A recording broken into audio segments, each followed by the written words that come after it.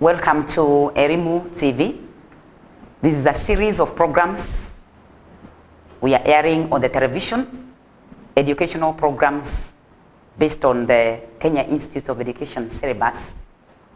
And this is CRE Form 1. My name is Madam Cre.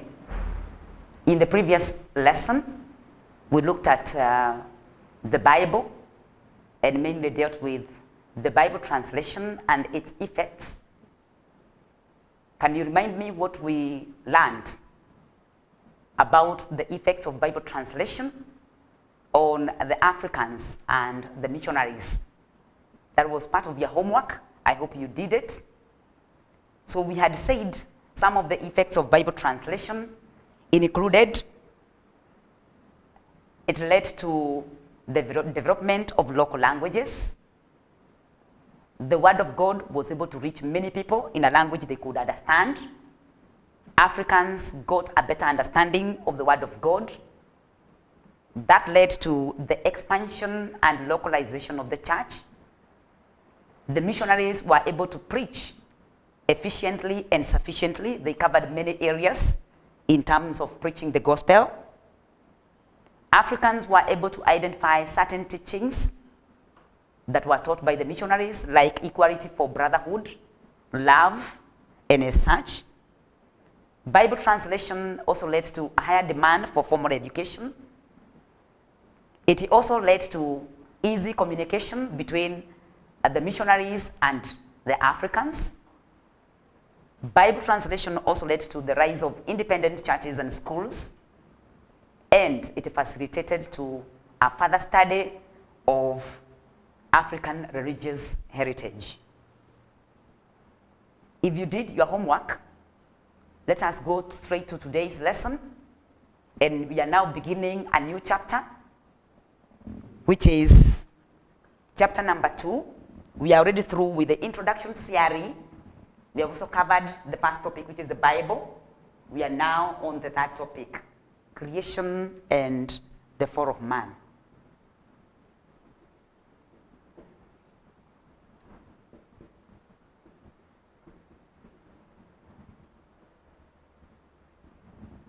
We are supposed to read the following biblical references. We are supposed to read Genesis chapter 1 and chapter 2 for our creation stories. We have two creation accounts. One is recorded in Genesis chapter 1, verse 1 to chapter 2, verse 4a, while the second creation account is recorded in Genesis chapter 2 from verse 4b to verse 25. Those are the two creation accounts that we have. We are going to deal with them, and we want to see how the universe came into existence. The work of God, he did all the work by himself and brought the universe into existence. By the end of this lesson, the students should be able to outline the order of the first creation account. The first creation account has an order, and we'll look at that order, and the students should be able to give the order from the first day to the seventh day. Now, the word creation refers to how God made the universe out of nothing. And creation out of nothing means ex nihilo. Creation out of nothing, in the first creation account refers to is the word we call ex nihilo.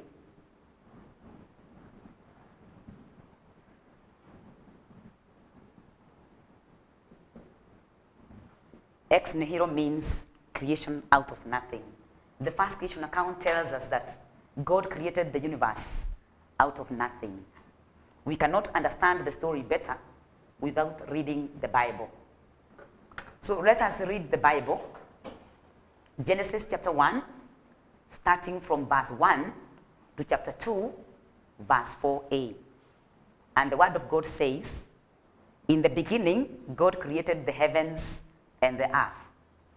The earth was without form and void, and darkness was upon the face of the deep, and the Spirit of God was moving over the face of the waters. Verse 3 says, and God said, let there be light, and there was light. And God saw that the light was good, and God separated the light from the darkness. And God called the light day, and the darkness he called night. And there was evening, and there was morning, one day. Verse 6, and God said, let there be firmament in the midst of the waters, and let it separate the waters from the waters. And God made the firmament, and separated the waters which was under the firmament from the waters which was above the firmament. And it was so. And God called the firmament heaven, and there was evening, and there was morning, a second day. Verse 9, God said, let the waters under the heavens be gathered together in one place, and let the dry land appear. And it was so. God called the dry land earth, and the waters that was gathered together he called seas. And God saw it was good. And God said, let the earth put forth vegetation, plants yielding seed, and fruit trees bearing fruit, in which is their seed, and each according to its kind, upon the earth. And it was so. The earth brought forth vegetation, plant yielding seed according to their own kinds, and trees bearing fruit, in which is their seed, each according to its kind. And God saw it was good. And there was morning, and there was evening, and there was morning at that day. And God said, verse 14, let there be lights in the firmament of the heavens, to separate the day from the night, and let them be for signs, for seasons, and for days, and years. And let them be lights in the firmament of the heavens, to give light upon the earth. And it was so. And God made two great lights. The great light was to rule the day, and the lesser light was to rule the night. He made the stars also.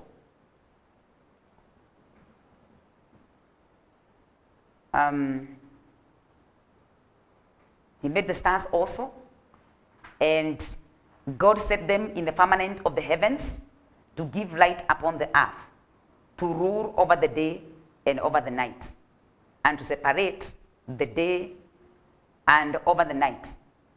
And to separate the day, separate the light from the darkness. And God saw that it was good. And there was evening, and there was morning, a fourth day.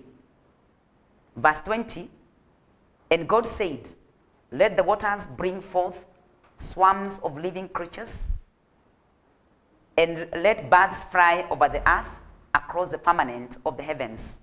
So God created sea monsters and every living creature that moves within, with which the waters swam according to their kinds, and every winged bird according to its kind.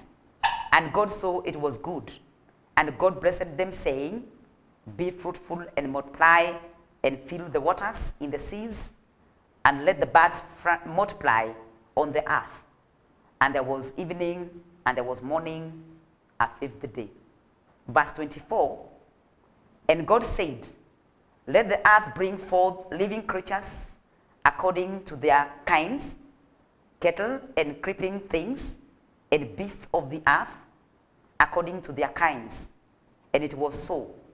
And God made beasts of the earth according to their kinds, and the cattle according to their kinds, and everything that creeps upon the ground according to its kind.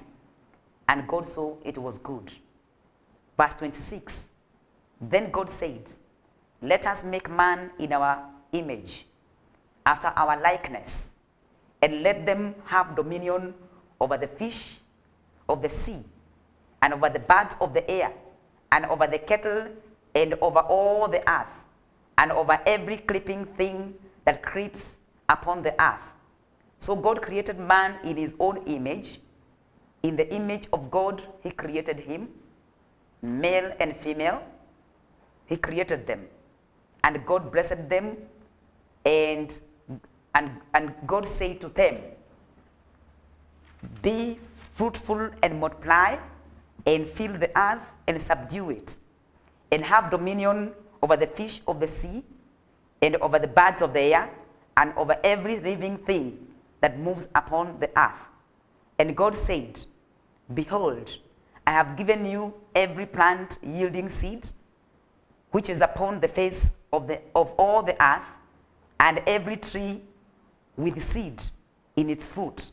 You shall have them for food, and to every beast of the earth, and to every bird of the air, and to everything that creeps on the earth, everything that has the breath of life.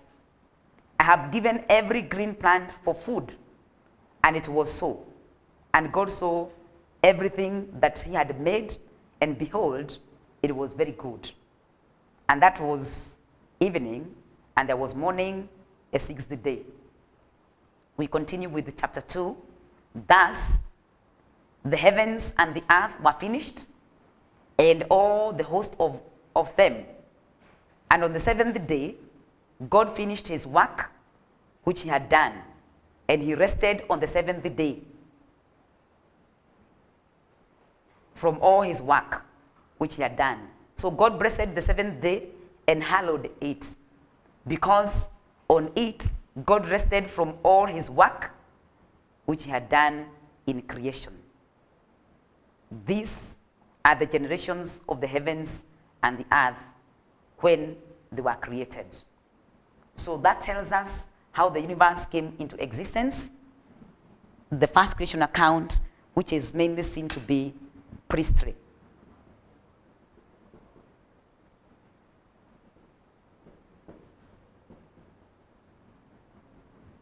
It's said to be priestly in nature. It's mainly dealing with how God brought the universe into existence. So, in this account, the first creation account, God created the universe in 6 days and rested on the seventh day. This creation has an order. Because God is an orderly God, the first creation account has an order as opposed to the second creation account. We can divide the first creation account into two. The first 3 days, God concentrated with what we call the 3 divine works of separation or division. The second division, the last 3 days, God concentrated with the 3 divine works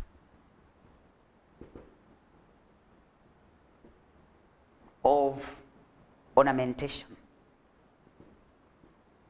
For the first 3 days, God was separating this from that, bringing forth to something, while the last 3 days, God was ornamenting. He was beautifying whatever he had created for the first 3 days. So on the first day, God created light and separated it from darkness. He named the light day, and he named the darkness light.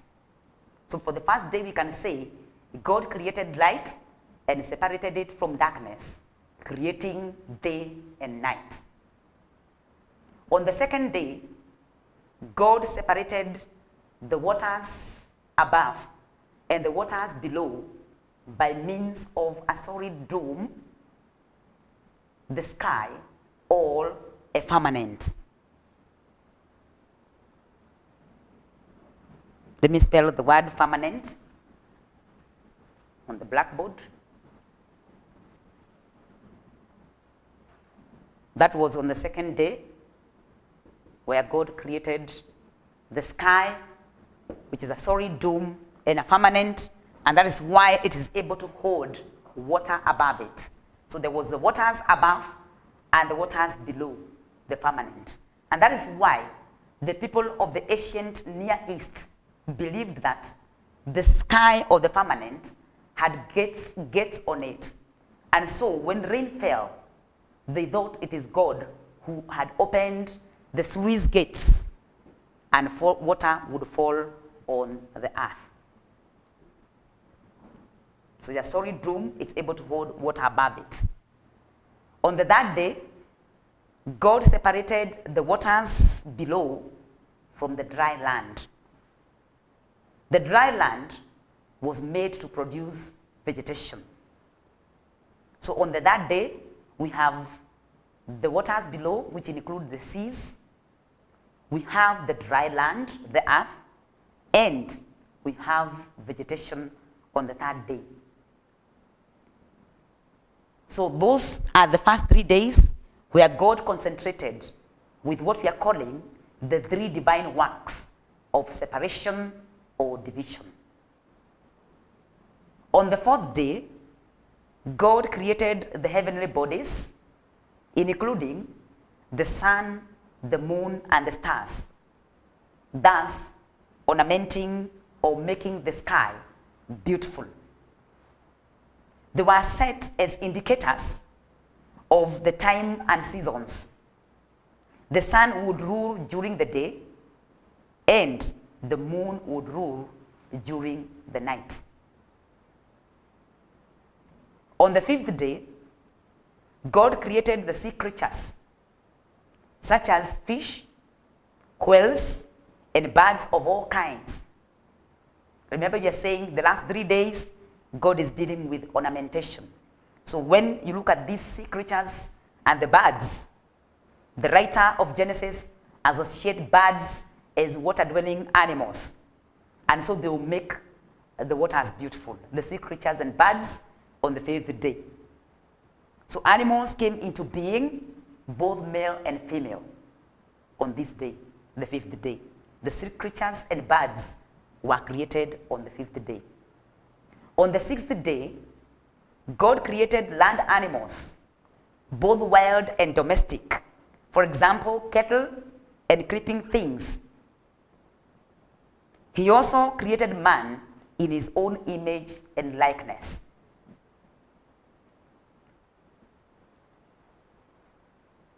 On the 6th day, again, God blessed his creation and said to man, "Be fruitful and multiply and fill the earth and subdue it." God gave man vegetables as food. We have read from the Bible, there were all tree-bearing fruits. Everything that man needed was provided for him. On the 7th day, God rested and blessed it as a day of rest and worship. After every creation, God affirmed or made it clear that his creation was good.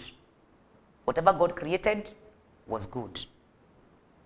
So that is how the universe came into existence in the first creation story or the first creation account. Now for your homework, question number 1, outline the order of the first creation account. Number 2, identify 6 activities a Christian can engage in during his day of worship. Identify 6 activities a Christian can engage in during his or her day of worship. Why I've used the word day is because we have those who worship God on the biblical Sabbath, the first day of the week, and those Christians who worship God on the first day of the week, which is Sunday. So do that assignment. We would like you to send us an SMS for CRE lesson, CRE Form 1, on the for fingertips. The number to use for SMS is 21126.